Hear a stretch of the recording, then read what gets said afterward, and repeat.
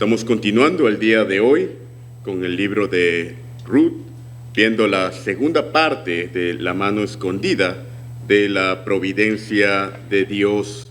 El día de ayer estuvimos viendo los caracteres de Elimelech y su esposa Noemí.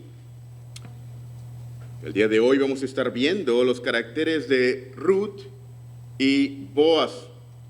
Vamos a ver la manera como la providencia del Señor se mostró en sus vidas, forjando su carácter. Si tienen sus Biblias, por favor, les pido que me acompañen en el libro de Ruth, capítulo 1. Y vamos a leer los versos 6 al 18. Ruth, capítulo 1, versos 6 al 18. Después de esto vamos a leer otro pasaje de las Escrituras, el cual es Proverbios 31. Pero leamos Ruth capítulo 1, versos 6 al 18. Ruth 1, 6. Entonces se levantó con sus nueras y regresó de los campos de Moab, porque oyó en el campo de Moab que Jehová había visitado a su pueblo para darles pan. Salió pues del lugar donde había estado, y con ella sus dos nueras, y comenzaron a caminar para volverse a la tierra de Judá. Y Noemí dijo a sus dos nueras: andad, volveos cada una a la casa de su madre. Jehová haga con vosotras misericordia, como lo habéis hecho con los muertos y conmigo. Os conceda Jehová que halléis descanso, cada una en casa de su marido. Luego las besó, y ellas alzaron su voz y lloraron. Y le dijeron: ciertamente nosotras iremos contigo a tu pueblo. Y Noemí respondió: volveos, hijas mías, ¿para qué habéis de ir conmigo? ¿Tengo yo más hijos en el vientre que puedan ser vuestros maridos? Volveos, hijas mías, e idos, porque yo ya soy vieja para tener marido. Y aunque dijese: esperanza tengo, y esta noche estuviese con marido, y aún diese a luz hijos, ¿habíais vosotras de esperarlos hasta que fuesen grandes? ¿Habíais de quedaros sin casar por amor a ellos? No, hijas mías, que mayor amargura tengo yo que vosotras, pues la mano de Jehová ha salido contra mí. Y ellas alzaron su voz y lloraron, y Orfa besó a su suegra, mas Ruth se quedó con ella. Y Noemí dijo: he aquí tu cuñada se ha vuelto a su pueblo y a sus dioses. Vuélvete tú tras ella. Respondió Ruth: no me ruegues que te deje y que me aparte de ti, porque a donde quiera que tú fueres, iré yo, y donde quiera que vivieres, viviré. Tu pueblo será mi pueblo, y tu Dios será mi Dios. Donde tú murieres, moriré yo, y allí seré sepultada. Así me haga Jehová, y aún me añada, que solo la muerte hará separación entre nosotras dos. Y viendo Noemí que estaba tan resuelta a ir con ella, no dijo más. Vamos a leer otro pasaje. Se encuentra en el libro de Proverbios. Proverbios capítulo 31. Por favor, búsquenlo en sus Biblias, Proverbios capítulo 31. Y vamos a dar lectura en los versos 10 al 31. Proverbios capítulo 31, versos 10 al 31. Proverbios 31, verso 10 en adelante. Mujer virtuosa, ¿quién la hallará? Porque su estima sobrepasa largamente a la de las piedras preciosas. El corazón de su marido está en ella confiado, y no carecerá de ganancias. Le da ella bien y no mal todos los días de su vida. Busca lana y lino, y con voluntad trabaja con sus manos. Es como nave de mercader, trae su pan de lejos. Se levanta aún de noche y da comida a su familia y ración a sus criadas. Considera un campo, una heredad, y la compra. Y planta viña del fruto de sus manos. Ciñe de fuerza sus lomos y esfuerza sus brazos. Ve que van bien sus negocios. Su lámpara no se apaga de noche. Aplica su mano al uso y sus manos a la rueca. Alarga su mano al pobre y extiende sus manos al menesteroso. No tiene temor de la nieve por su familia, porque toda su familia está vestida de ropas dobles. Ella hace tapices de lino fino y púrpura es su vestido. Su marido es conocido en las puertas de la ciudad, cuando se sienta con los ancianos de la tierra. Hace telas y vende, y da cintas al mercader. Fuerza y honor son su vestidura, y se ríe de lo porvenir. Abre su boca con sabiduría, y la ley de clemencia está en su lengua. Considera los caminos de su casa, y no come el pan de balde. Se levantan sus hijos y la llaman bienaventurada, y su marido también la alaba. Muchas mujeres hicieron el bien, mas tú sobrepasas a todas. Engañosa es la gracia y vana la hermosura. La mujer que teme a Jehová, esa será alabada. Dadle del fruto de sus manos y alábenla en las puertas sus hechos. Señor, te pedimos en esta mañana que nos hables a través de tu Espíritu Santo. Señor, por favor, ten misericordia de nosotros. Y yo te pido que tú uses esta palabra para animar, redarguir, traer al arrepentimiento, Señor. Porque eso es algo que solamente tú puedes hacer. Somos barro, pero tú usas barro para que tú te lleves la gloria. Amén.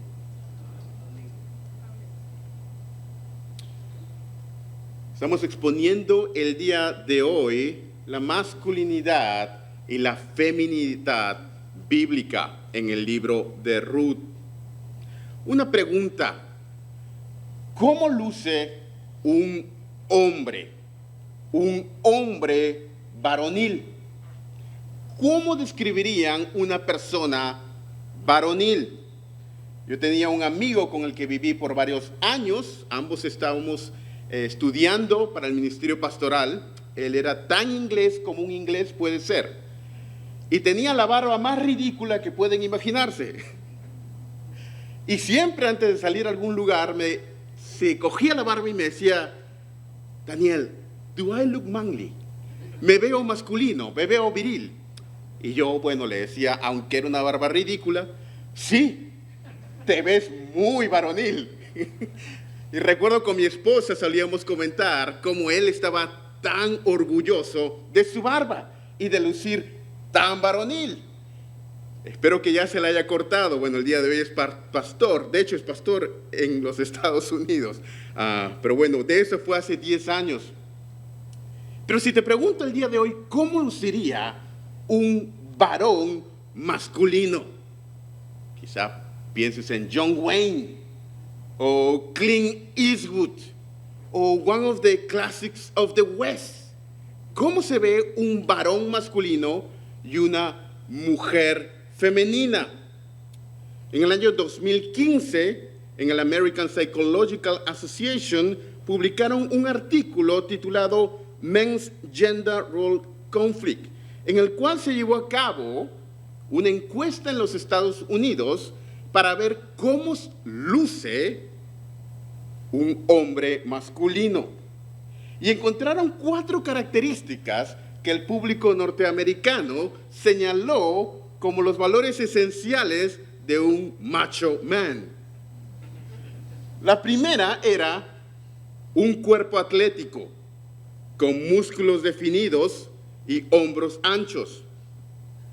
Segunda característica: hombre con barba de leñador. Tercer punto: alto. Cuarto punto: que se viste bien, con ropa atractiva. Ahora, al leer estas características me dio mucha tristeza, porque no cumplían ninguna de ellas. ¿Cuál es la concepción en nuestro tiempo de un hombre viril de una mujer femenina. ¿Y por qué? Ver qué es lo que la Biblia dice sobre esto es importante. Es importante porque de manera inconsciente podemos importar a nuestra vida patrones externos de conducta y de visibilidad asociados con la masculinidad y la feminidad, sin que necesariamente sean correctos o incorrectos, pero que no definen una masculinidad y una feminidad de acuerdo a las Escrituras. Déjeme ponerle un ejemplo. Y quiero que ejerciten su memoria aquí, porque voy a mencionar algunos personajes de la historia. Los puritanos del siglo XVII, los puritanos ingleses, como por ejemplo John Owen, John Bunyan o Richard Baxter, ¿llevaban el cabello corto o el cabello largo? Ahora, si ustedes ven las imágenes de los puritanos, por ejemplo, y ahí hay un libro de Owen, y Owen era conocido en Oxford por el tratamiento que hacía a su cabello. Tenía el cabello más o menos hasta los hombros. Y el general asistente de Oliver Cromwell, Thomas Fairfax, quien era el símbolo de los puritanos, llevaba el cabello más o menos hasta los hombros. ¿Tenían barba? No, estaban perfectamente afeitados. Avanzamos un siglo a Jonathan Edwards. Él llevaba peluca y cabello corto y estaba perfectamente afeitado. Avancemos un siglo más a los Estados Unidos. El típico prototipo del caballero sureño. Hombres como por ejemplo Robert Dabney, cabello corto y barba larga. O Abraham Lincoln, cabello corto y barba. O Benjamin Warfield, cabello corto y barba. ¿Qué pasó en estos 3 siglos para que las apariencias externas asociadas con la virilidad, y estoy mencionando a algunos de los héroes de la fe dentro de la tradición reformada, cambiaran la manera como lucían? ¿Y por qué? Bueno, en el siglo XVII, entre los puritanos, llevar la barba corta o no llevar barba era un símbolo de humildad y sencillez. Sin embargo, en el siglo XIX, llevar la barba estaba asociada con la masculinidad. Entonces, se dan cuenta cómo algunos de estos puntos, como la barba o el cabello, por ejemplo, han variado a lo largo de los siglos, de cultura a cultura, sin que necesariamente haya algo intrínsecamente pecaminoso en eso.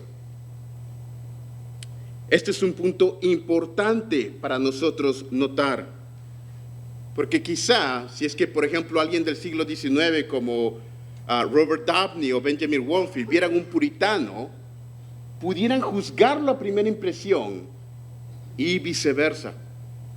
Debemos tener en cuenta que muchas de las cosas que nosotros hacemos de manera inconsciente han sido adoptadas de nuestra cultura alrededor, sin que nosotros seamos conscientes, y podemos leer la Biblia a través de un filtro cultural. Y por esto la historia es útil, pues nos enseña cómo diferentes cristianos piadosos han interpretado los mandamientos de masculinidad y feminidad de manera diferente. ¿Por qué es de importancia esto? Pues en el texto que vamos a leer en un momento, se nos dice que Boaz era una persona fuerte y viril, y Ruth es el prototipo de feminidad. ¿Pero qué significaba esto? No se nos da una descripción física de cómo lucían, se nos dan evaluaciones de su carácter. Siempre y cuando no haya algo pecaminoso en la cultura, la Biblia nos da patrones claros de cómo debemos vestirnos y lucir externamente.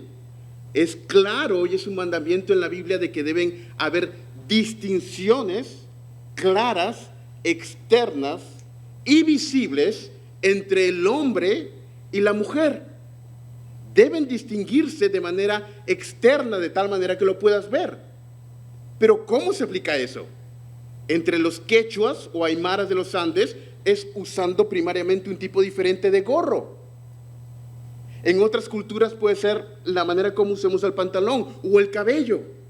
Estas formas externas son necesarias, pero han variado a lo largo de los siglos entre creyentes piadosos. En segundo lugar, estas diferencias externas y visibles son buenas y son complementarias entre el hombre y la mujer. Y en tercer lugar, a menos que haya algo pecaminoso, no tenemos razón para ir en contra de la cultura alrededor nuestra. No me estoy vistiendo el día de hoy como Juan el Bautista. Si hubiera venido aquí vestido como Juan el Bautista, hubiera pensado probablemente que estoy loco. No hay algo intrínsecamente errado con la manera como me estoy vistiendo y muestra una apariencia reverente. Ser hombre y ser mujer es algo con lo que nacemos. Es lo que se conoce como algo ontológico. No puedo no ser un hombre si he nacido un hombre, y no puedo no ser una mujer si he nacido mujer. No podemos cambiar el sexo con el que nacemos. Sin embargo, la masculinidad y la feminidad es una virtud, y es una virtud que se desarrolla. No nacemos virtuosos, desarrollamos la parte de la virtud. Y en esta mañana eso es lo que quiero estudiar. Cómo a través de la soberanía de Dios en los roles en la familia podemos desarrollar la virtud viril y la virtud femenina. Y vamos a ver 3 puntos en esta mañana. El primero es la historia de Ruth. Vamos a ver su conversión. Luego vamos a ver Ruth, su carácter. Y en tercer lugar vamos a ver la historia de Boaz. Comencemos entonces la historia de Ruth. Primer punto, su conversión. Cuando vemos los trasfondos de cada una de las personas involucradas en la historia del libro de Ruth, Elimelech, Ruth, Boaz y Noemí, cada uno viene de un trasfondo diferente. A diferencia, por ejemplo, de Noemí, que representa a una persona que creció en el pueblo de Dios, pero luego se apartó. Ruth no tenía ningún concepto del Dios de Israel. Ella nació y creció en una cultura pagana. No pertenecía al pueblo del pacto. No fue educada en las escrituras. No conocía a Dios. Sin embargo, llegó a conocer al Dios verdadero, probablemente a través de la influencia de Noemí. Si ustedes leen el capítulo 1, verso 17, hay un juego de palabras ahí. Incluso la Reina Valera lo menciona. Dice, tu Dios será mi Dios. Y luego dice, Jehová me haga y me añada aún más. Está usando el nombre genérico de Dios al inicio de la narración. Elohim. Pero luego, si al final de la narrativa está usando el nombre propio de Dios, el nombre que estaba reservado de manera exclusiva para el pueblo pactual de Dios, Israel. Esto significa que ella, el Dios, ya no era un Dios, sino era su Dios. Ella iba a un proceso de conversión, de tal manera que Jehová era su Dios. A diferencia de Orfa, que regresó a sus antiguos dioses, Ruth no podía y no quería regresar a su antiguo estilo de vida. Había hallado el tesoro escondido, había encontrado la perla de gran precio. Ya no podía regresar atrás. Cualquiera que sea el costo, lo iba a tomar. Hay una historia del antiguo teólogo Agustín de Hipona, mencionada en sus confesiones de Agustín. Y él vivió una vida disoluta, antes de su conversión y tenía una amante. Después de su conversión, él regresó al pueblo donde había estudiado. Y esta amante antigua de sus años de su juventud lo reconoció y le dijo: Agustín, qué gusto verte, tanto tiempo, soy yo, soy la misma de siempre. Y Agustín le respondió y le dijo: sí, eres la misma, pero yo ya no soy el mismo. Soy una persona diferente. Hubo un cambio en él, no pudo regresar. Ruth adoraba ahora al Dios verdadero, al Dios de Israel, y no iba a dejar a Noemí aunque le costara la vida. Y nos es difícil comprender el día de hoy, occidentales del siglo XXI, el tremendo costo que Ruth estaba dispuesta a pagar al regresar a Israel. Si Ruth decidía ir a Israel, se encontraba en una situación aún más precaria que la de Noemí. Ruth era pobre, no tenía medios para mantenerse, no tenía familia que la pudiera defender. Era mujer, lo cual significaba que era físicamente débil y vulnerable. Y peor aún, era joven y atractiva, lo cual la hacía presa fácil. Y para colmo de todos los males, era extranjera. Hablaba arameo como segunda lengua. Su lengua materna probablemente era un derivado del ugarítico. No hablaba arameo como lengua materna. La gente de Israel podían darse cuenta por su acento que no tenía el arameo como lengua materna. Era una migrante extranjera. Peor aún, en el contexto de la época de los jueces, que es el contexto del libro de Ruth, los extranjeros solían ser maltratados e incluso asesinados. Una mujer joven, guapa, vulnerable, pobre, extranjera en Israel, sin familia, sin conexiones, sin dinero y sin el idioma local, estaba presa, y era presa fácil, a la discriminación, el abuso, la violación e incluso la muerte. Si ustedes regresan unas páginas en el libro de Ruth al libro de los jueces, ven exactamente una historia de una mujer de Belén, el pueblo a donde Ruth estaba yendo. Y es una historia terrible. Y Ruth probablemente sabía esta historia porque tuvo lugar casi exactamente, históricamente, en el paralelo de la época de Ruth. Y déjenme leerles esta historia. Se encuentra en Jueces 19. Voy a leer la historia de Jueces 19, versos 18 en adelante. Jueces 19, 18. Son unas páginas antes de Ruth. Jueces 19. Está aquí narrando la historia de un hombre que perdió a su concubina y le está intentando traer de regreso a casa. Su concubina es de Belén y él, el hombre, le dijo: estamos pasando de Belén a Judá, a la parte más remota de la región montañosa de Efraín, pues soy de allí. Fui hasta Belén de Judá, el mismo pueblo de Ruth donde están regresando, y ahora voy a mi casa, pero no hay quien me reciba.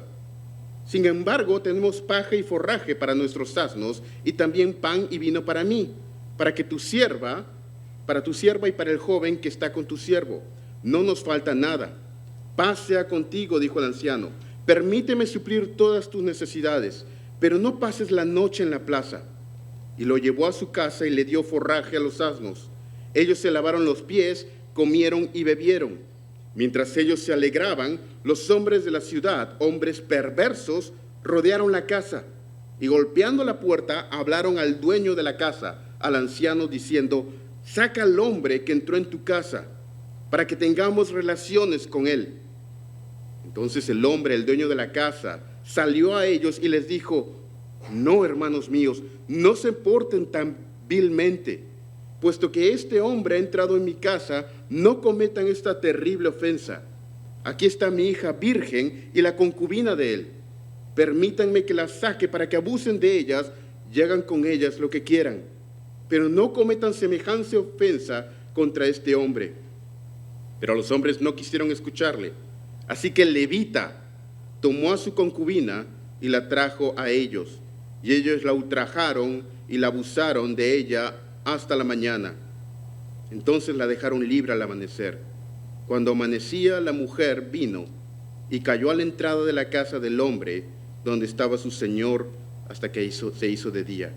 Al levantarse su marido por la mañana, abrió las puertas de la casa y salió para seguir su camino. Y vio que su concubina estaba tendida a la entrada de la casa, con sus manos en el umbral. Y él le dijo: levántate y vámonos. Pero ella no respondió. Entonces la recogió y colocándola sobre el asno, el hombre se levantó y se fue a su casa. Y cuando entró en casa, tomó un cuchillo y tomando a su concubina, la cortó en 12 pedazos, miembro por miembro, y le envió por todo el territorio de Israel. En esos días no había rey y cada uno hacía lo que le parecía. Es una historia terrible. El marido debió haber él sacrificado por su mujer e hizo exactamente lo opuesto, tratándola de una manera completamente terrible. Y este es el contexto inmediato en el cual Ruth está llegando a Belén, a Israel. Ella era vulnerable y por eso vemos en el libro de Ruth vez tras vez como Boaz y otros tratan de cuidarla por justamente los peligros a los que estaba expuesto. Para Ruth quedarse en Moab representaba una decisión desde una perspectiva humana más fácil. Pero la decisión de acompañar a Noemí y seguir al Dios de Israel representó un tremendo sacrificio de su parte. La tentación que nosotros enfrentamos, hermanos, y esta es una de las cualidades que impresionó a Boaz, la piedad de Ruth, que estaba evidenciada en su disposición al sacrificio. La tentación para nosotros creyentes en Occidente es vivir vidas cristianas relativamente fáciles y cómodas. Ustedes, la mayoría de los que están en esta habitación, han venido de naciones latinoamericanas y saben que el cristianismo y mucha gente allí sufre de manera más aguda en promedio de lo que se sufre en los Estados Unidos. Y es una tentación especialmente para nosotros que venimos de naciones pobres a países ricos, olvidarnos la manera como muchos cristianos sufren verdaderamente en las naciones latinas por servir a Cristo Jesús. Y no debemos permitir que la comodidad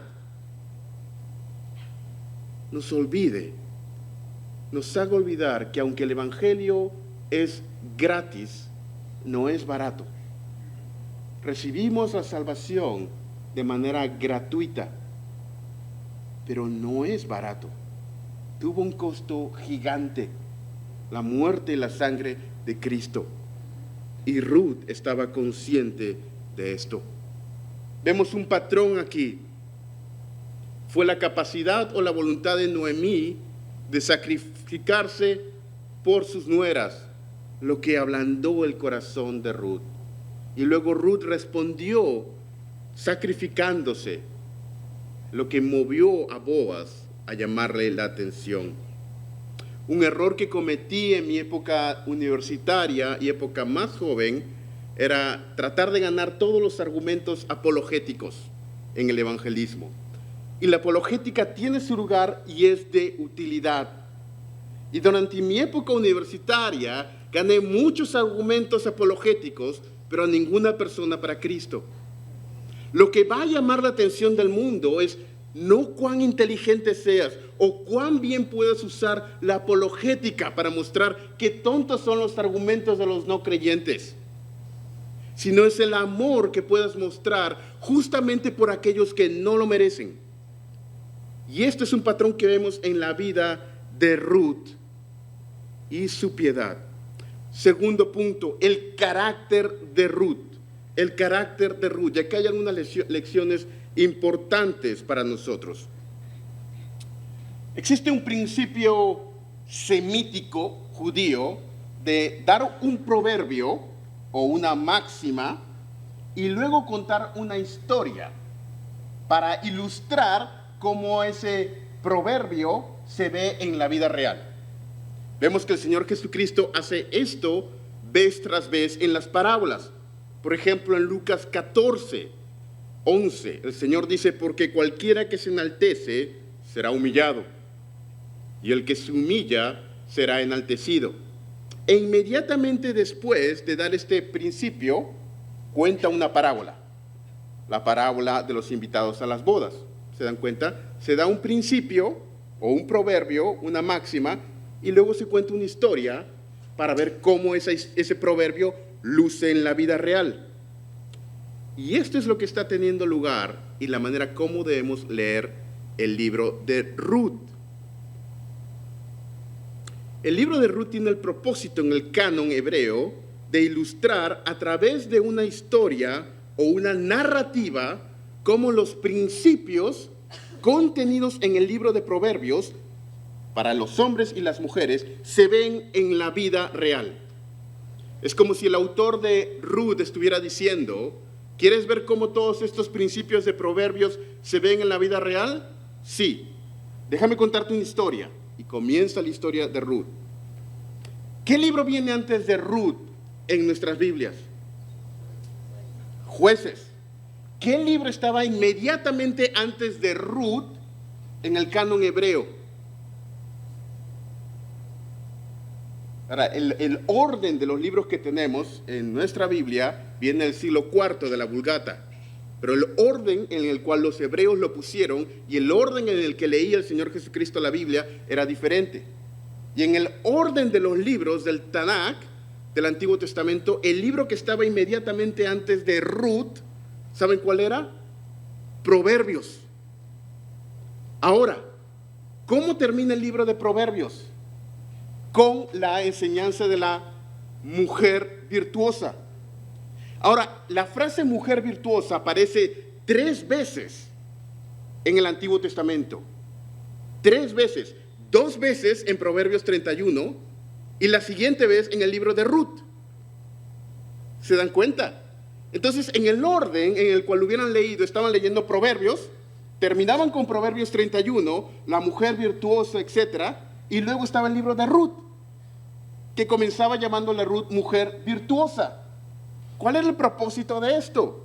Déjeme leerle, Proverbios 31:10, mujer virtuosa, ¿quién la hallará? Porque su estima, etc. Y luego Ruth 3:11, ahora pues, hija mía, no temas, pues todo mi pueblo sabe que eres mujer virtuosa. ¿Cuál era la razón por la que se puso de esta manera?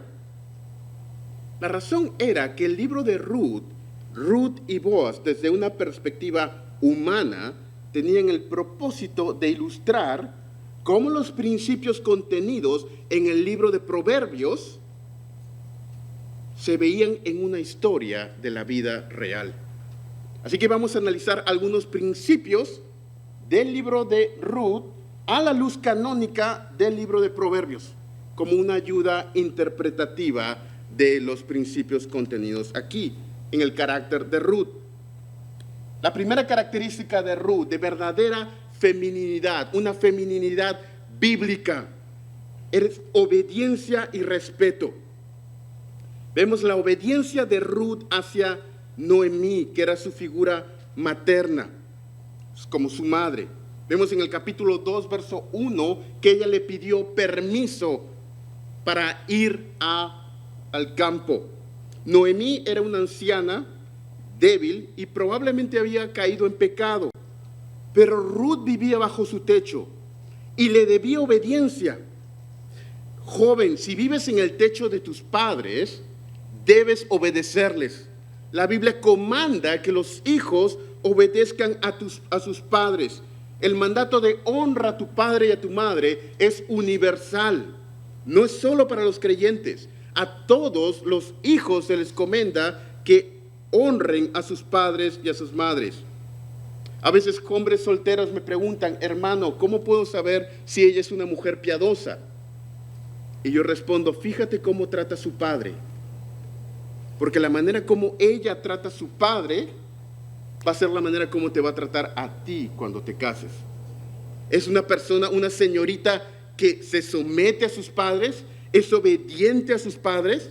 Ruth era una mujer suficientemente valiente para ir a Israel y aún así obedecía a Noemí. La trataba con respeto. ¿Cómo es lo opuesto a una mujer impía? Bueno, se evidencia en la manera como trata a sus padres. Los desobedece y es rebelde. Se evidencia en segundo lugar una característica de su carácter, que es un respeto hacia vos.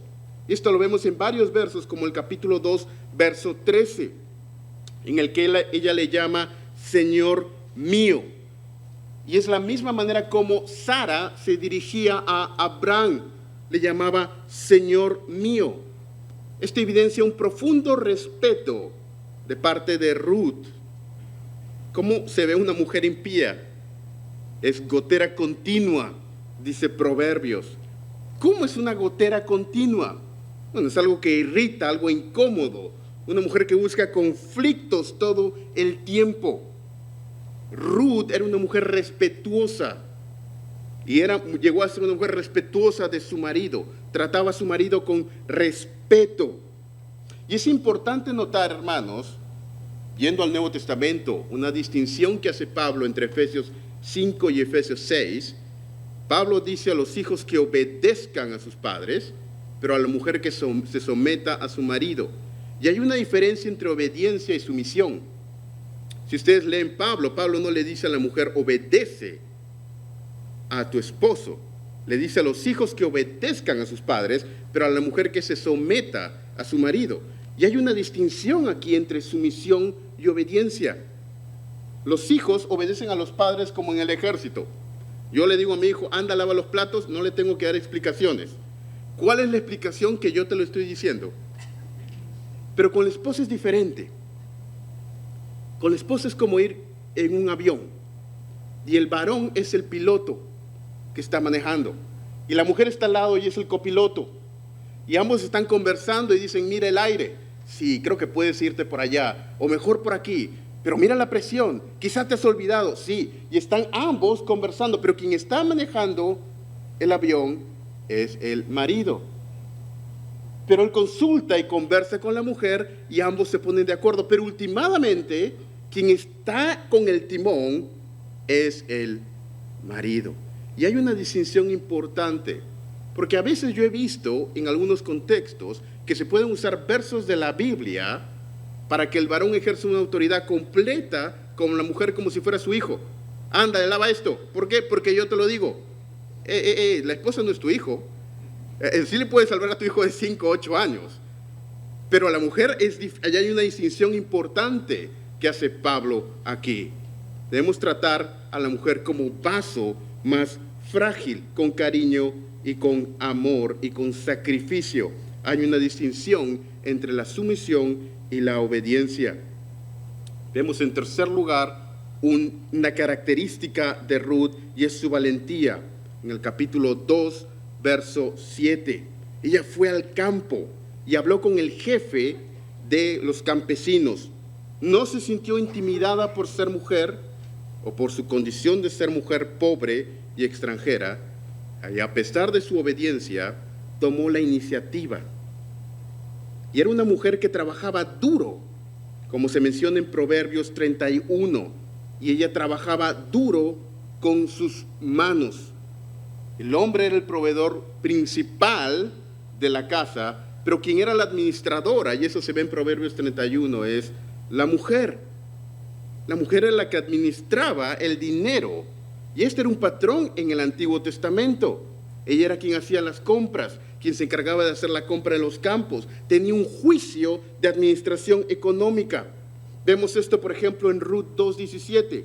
Espigó pues en el campo hasta la noche y desgranó lo que había recogido, y fue como una efa de cebada. Y lo tomó y se fue a la ciudad, y su suegra vio lo que había recogido. Sacó también lo que había sacado y sobrado, y después de haberse saciado, se lo dio. Ahora, ¿qué está ocurriendo aquí? Hay dos cosas, o hasta tres. En primer lugar, Ruth no era una persona conformista o mediocre. Trabajaba hasta romperse el lomo cuando había que trabajar y trabajaba duro. A veces me acuerdo una vez estaba en la universidad y mis amigos siempre decían, ¿cuánto necesito para aprobar? 10.5 de 20. Ya, me voy por un 4, me voy por un 10 y lo mínimo necesario para aprobar. Y a veces hay esta costumbre entre algunos latinos de hacer lo mínimo necesario y ya, me echo a ver televisión el resto del día. Ruth no actuaba de esa manera. Era una mujer que trabajaba duro, pero no solamente eso, no desperdiciaba. ¿Se dan cuenta cómo ahorraba y era productiva? Vivimos en una cultura muy materialista y es fácil el día de hoy con una tarjeta de crédito, y de hecho yo tengo una por si acaso y nunca la uso, pero es muy fácil en la cultura alrededor nuestra ser materialistas y desperdiciar el dinero. ¿Quieres ver otra característica, hombre soltero, de una mujer piadosa? Ella va a administrar mucho de tu dinero. Y si no quieres que todo tu sueldo se vaya por el caño, entonces no eliges a una mujer que desperdicie el dinero. Elige una mujer que sepa ahorrar. Y estas características, padres, deben inculcárselas a sus hijos en el buen uso de los recursos económicos. Ella ahorraba, era una buena administradora, pero también era generosa. Y esto lo vemos en la historia de Ruth, en el verso 18 del capítulo 2, pero también es un paralelo con Proverbios 31. Es generosa, sabe dar pan al pobre. Ruth es llamada una mujer piadosa o mujer virtuosa por todas estas características. Ahora, cuando explicamos el título de mujer virtuosa, hermanos, debemos explicarlo primariamente de lo que dice la narrativa. Y en esta narrativa, estas son las características que describen el carácter virtuoso de Ruth. Ella era una mujer generosa para con los pobres y para con los vulnerables. No era una mujer materialista, pero tampoco era tacaña. Vamos ahora a ver nuestro último punto, más brevemente, la historia de Boaz. ¿Quién era Boaz? Si ustedes leen el capítulo 2, verso 1, se le describe como un hombre de valor. La palabra que se usa en el hebreo original es gibor, y es un término militar para denotar el carácter de Boaz. Él era un hombre rico, usaba su dinero para el bien, y Boaz en las Escrituras es el ejemplo de hombría. Pero ¿se dan cuenta que no hay una descripción física de él? No se dice, Boaz era alto y atlético, tenía hombros anchos y una barba larga. Quizá lo tenía, pero no se nos dice. Pero se nos dice que era un hombre de valor, de alta estima, un hombre varonil. Esa expresión de alta estima, gingibor, podría traducirse como era un hombre varonil, un hombre, como diríamos en nuestra cultura, que representa un estereotipo de varonilidad, pero es una referencia a su carácter, al carácter de Boaz. Y vemos que es descrito como un hombre fuerte, varonil, pero lean en el capítulo 2, verso 8. Entonces Boaz dijo a Ruth, oye, hija mía, no vayas a espigar a otro campo, ni pases aquí la noche, estarás junto a mis criadas, Mira bien que el campo en que sigues y síguelas, porque yo he mandado a los criados que no te molesten. Cuando tengas sed, ve a las vasijas y bebe del agua que sacan los criados. Hay una gran diferencia entre Boaz y Ruth. Boaz es mayor en edad, Ruth es joven. Boaz es varón, Ruth es mujer. Boaz es rico, Ruth es pobre. Boaz pertenece a Israel, Ruth es extranjera. Boaz tiene un estatus alto en la sociedad, Ruth está en lo más bajo. Boaz era increíblemente más poderoso que Ruth y podría haber usado su poder para aprovecharse de ella, pero hizo exactamente lo opuesto. Usó su poder para cuidarla, para proveer por ella. Y cuando le habla, hija mía, vemos la ternura con la que lo hace.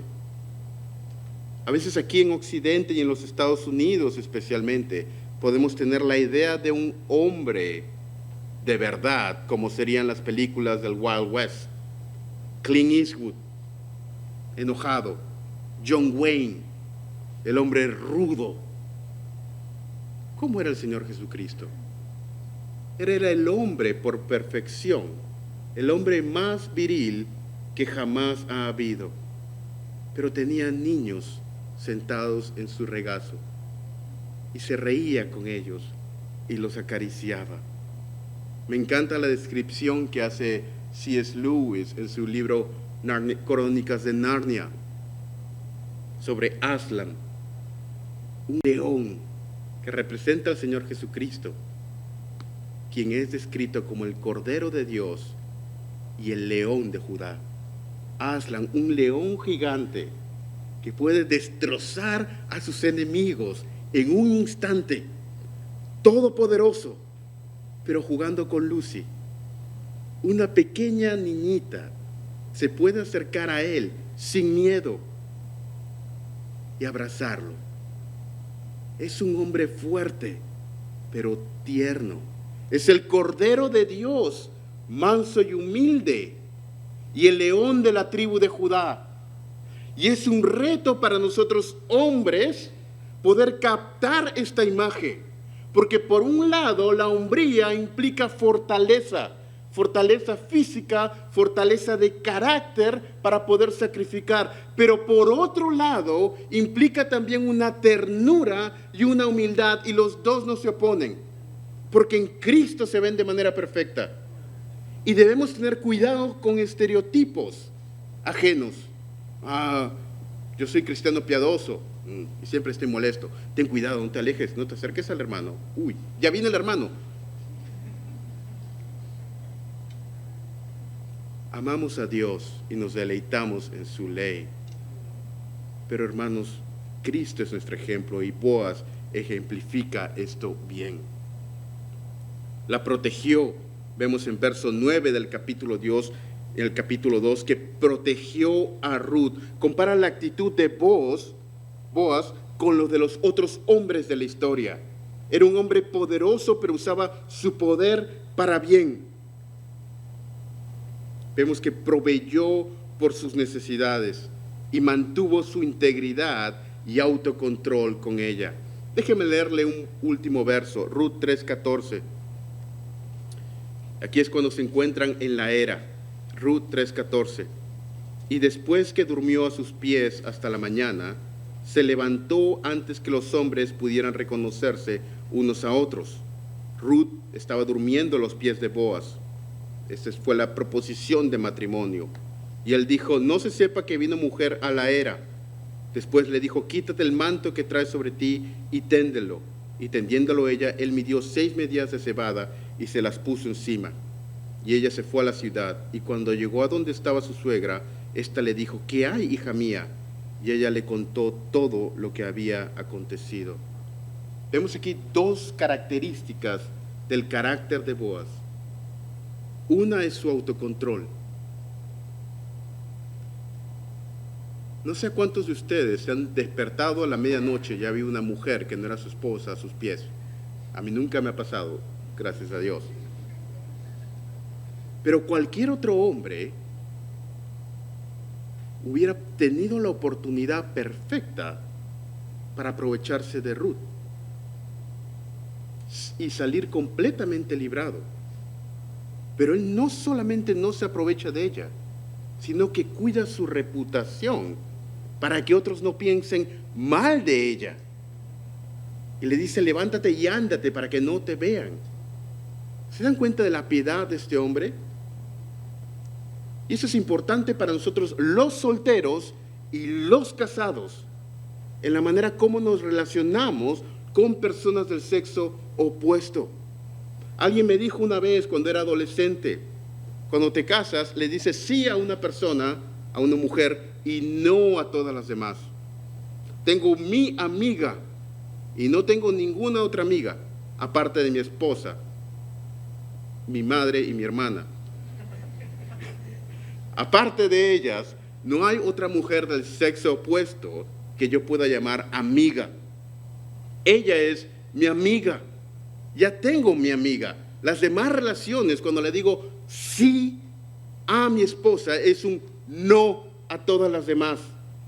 Y hombres debemos ser sumamente cuidadosos con esto, especialmente el día de hoy con el internet, el WhatsApp, Instagram, Facebook y todas las demás formas de redes sociales que existen. Cuida tu corazón, cuida tu laptop, cuida cómo interactúas con personas del sexo opuesto. Y vos es un ejemplo en esto.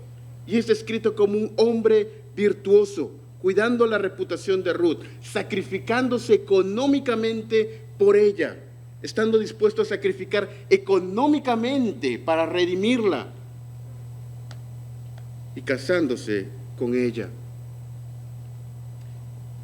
En nuestra sociedad existe una estrecha relación entre amor y belleza. Lamentablemente, Hollywood, la televisión, nos gritan, mientras más guapo o guapa eres, más te amarán. Tienes que ser hermosa para que te amen. Tienes que ser guapo para que te amen. Albert Camus, el periodista francés, dijo, la belleza es insoportable y nos lleva a la desesperanza, porque nos ofrece por un minuto un atisbo de la eternidad, pero inmediatamente nos recuerda algo, lo que no somos. Y esta es la tragedia del hombre sin Cristo, que busca por todos los medios hacerse bella para ser amada, solamente para darse cuenta que no es lo suficientemente bella o guapo, y terminando aún peor de lo que estaba. Cuando Ruth salió al campo, y hay otro juego de palabras aquí, a espigar, en el capítulo 2, verso 2, ella dice, Señor, o le dice a Noemí, que yo pueda hallar gracia en los ojos de este hombre. Y es la misma palabra que se usa en Proverbios 31 para describir a la mujer virtuosa que ha hallado gracia. Boaz es un tipo de Cristo en su redención en el Antiguo Testamento. Y Ruth, la pobre mujer migrante, halló gracia a los ojos de Boaz. Nosotros, en Cristo Jesús, si estás en Cristo en esta mañana, éramos como Ruth, pobres, sin nada que ofrecer, y hemos hallado gracia a los ojos de Cristo Jesús.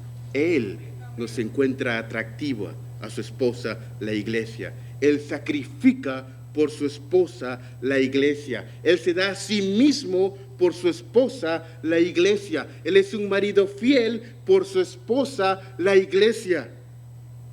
Él es nuestro Salvador y nuestro Redentor. Y hermanos, cuando recordemos ejemplos de masculinidad, si quieres ver cómo un hombre se ve, mira a Cristo, quien aún en la cruz del Calvario le decía a su discípulo, cuida a mi madre. Si quieres ver cómo verdadera hombría se ve, mira a Cristo. Y debemos tener cuidado de todos los ejemplos mundanos que están a nuestro alrededor. En algunos de ellos no hay necesariamente algo intrínsecamente pecaminoso, pero en otros sí. Y debemos guardar nuestro corazón y enseñar a nuestros hijos las verdades y valores de la masculinidad y la feminidad verdadera. Oremos.